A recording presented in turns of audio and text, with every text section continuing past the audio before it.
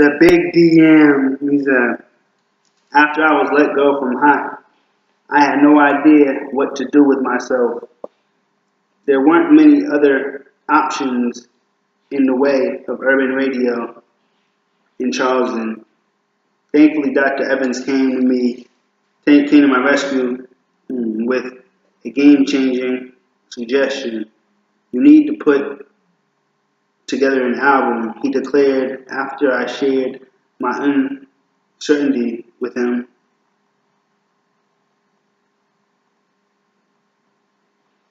What do you mean? I asked.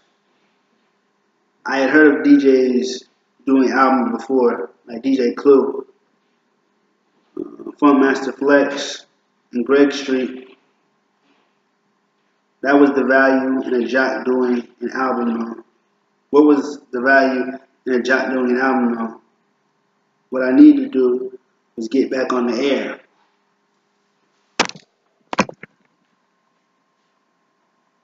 Then Dr. Evans broke down his vision for me. Take some songs from Never So Deep artists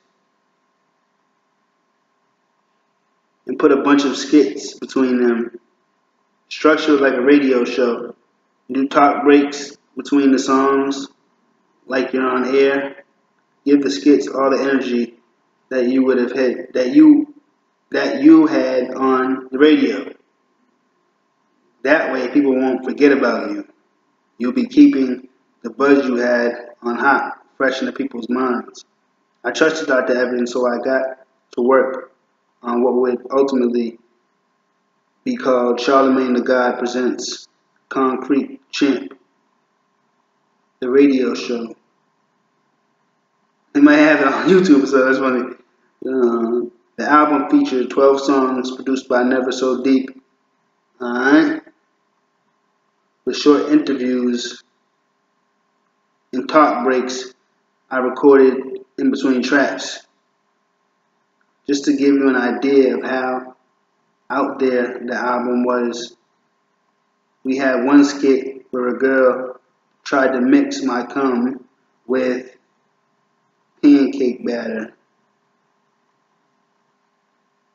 That's disgusting. Let me stop it now. Alright, let's go. Yep, you read that right. We pressed up 3,000 CDs of Concrete Champs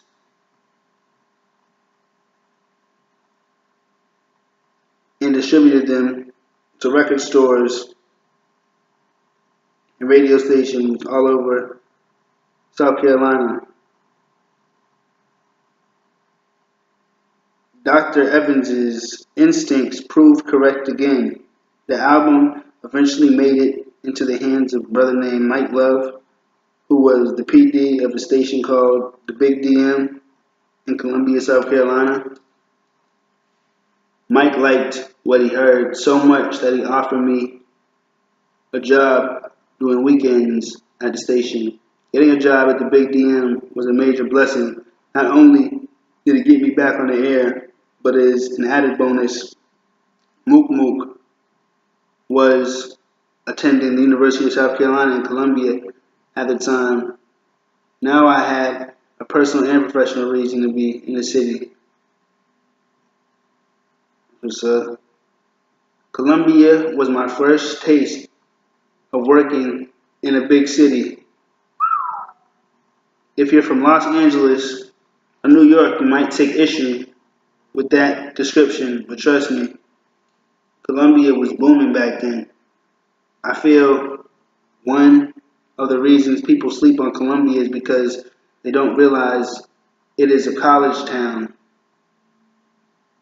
In addition to the University of South Carolina, it's also home to Benedict College and Allen University. Alright? Colleges mean there's plenty of young women, and where there are young women, there will also be plenty of young men looking to party. Plus, Columbia is only 3 or 4 hours away from Atlanta. I know that. So it was an easy destination for rappers, promoters, and hustlers looking to build They're based outside of Atlanta. The Big DM is where I met several future stars for the first time. One Saturday night, an unsigned rapper from Atlanta. I think this year I had fun at the end, but no. Unsigned rapper from Atlanta came by the station looking to play me his music. He had already put out one album, I'm Serious, on the face before getting dropped due to poor sales. Now he was out on the streets in Colombia trying to drum up support for his independent single 24s, 24s, and 24s, but yeah, of course that rapper was T.I. When I first met T.I., he was rocking regular jeans and a dirty gray champagne hoodie. He might have looked fresh out the trap, but he still had all the aura of a megastar he is today. I played 24s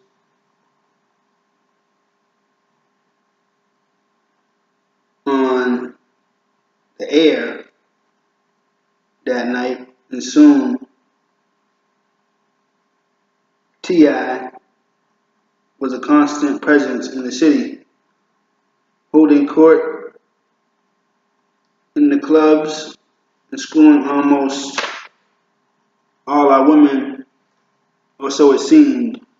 Colombia was like a second home to T.I. As he later acknowledged in the DJ Khaled track, We Taking Over, where he rapped, started in Atlanta, started in Atlanta, then I sped out with it to South Carolina.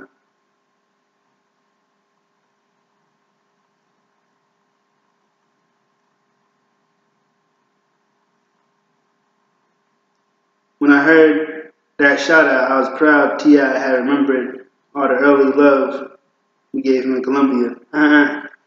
Another Atlanta rapper who paid his dues in Colombia was Young Jeezy, alright? When Jeezy first showed up in Colombia, that makes sense, looking to build a buzz, he wasn't signed to Def Jam yet. I remember my man Fats brought him to perform at a club called The Main Event with another artist from Atlanta named Big Country, alright?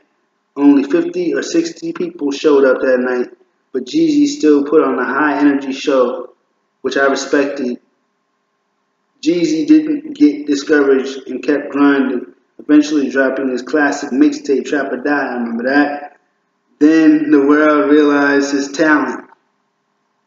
So that when he played the main event a year later, over 3,000 people packed into the club, with another 1,000 on the street outside trying to get in.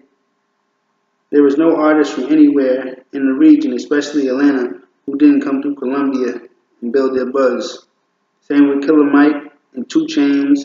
Both guys would spend a lot of time in Colombia doing performances before they broke nationally. Colombia was also the home of professional athletes like NBA star Jermaine O'Neal, and NFL star Deuce Staley. I don't be watching the movie, like better. There was a lot of energy in Colombia, and I fed off it. The drug game was absolutely booming in Colombia during that period, which meant there were lots of dealers who needed ways to clean their money. One of their favorite methods was throwing parties at the city's various clubs. They booked the artists and hired me and one of my best friends to this day, DJ Frosty, to host the affairs. This was the height of the trap era, so as you can imagine, parties thrown by southern drug dealers tended to get crazy. One of the biggest issues was that cappers from the local Omaha colleges would show up to these parties wearing their traditional red colors and throwing up their hand signs, which pissed off the local blood members who were also in the spot The Bloods didn't understand the Capitals were just a frat and thought they were trying to invade their turf. I saw a lot of stupid shit go down over that misunderstanding. Ah, dang. But I'll be back, man. I'm about to switch gears real quick. You know how it is. Let me see. I'll be right back. Let me see what I'm at, though. Right there. I'll be right back, though. You know what I'm saying? We know how we do. What's up, though? Get into it.